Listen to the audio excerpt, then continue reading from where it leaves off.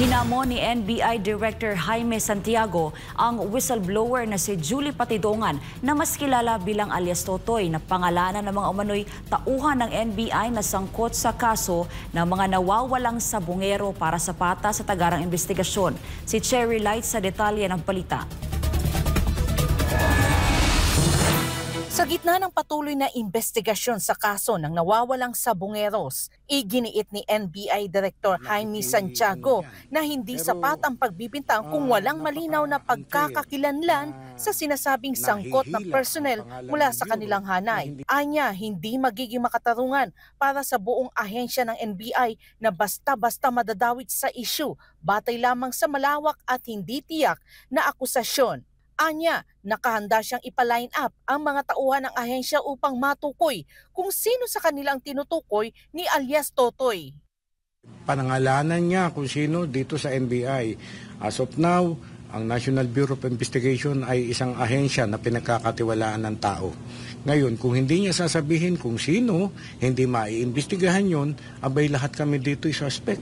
Sana'y sabihin niya kung sino, ituro niya kung sino. Kung hindi niya alam ang pangalan, pwede kami magpa-line up kung sino yung mga iniisip niya na NBI na Iginiit ni Santiago na ang naturang insidente ay naganap bago pa siya naitalaga bilang direktor ng NBI. Ngunit bukas anya siya sa anumang uri ng investigasyon upang luminaw ang katotohanan. Binigyan din niya na kung may NBI personnel na sangkot, dapat itong kasuhan at hindi dapat isama ang buong ahensya sa paratang. Ani Santiago, ang kaso ng mga nawawalang sabungero ay hindi lang problema ng mga nawalan ng mahal sa buhay, kundi isang pambansang issue na dapat maresolba. Kaugnay nito, inialok din ni Santiago ang forensic expertise ng NBI upang tumulong sa pagkilala sa mga bangkay o labi ng mga sinasabing nawawalang sabungero. Tiniyak ni Santiago na handang tumulong ang NBI sa lahat ng paraan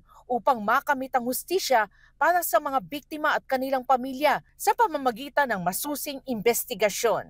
Kukunin, magkukondak ng DNA test, cross-match dun sa remaining, yung mga kamag-anak na nagsasabing kamag-anak nila yon, makikita namin kung yun nga yung nawawala nilang kamag-anak.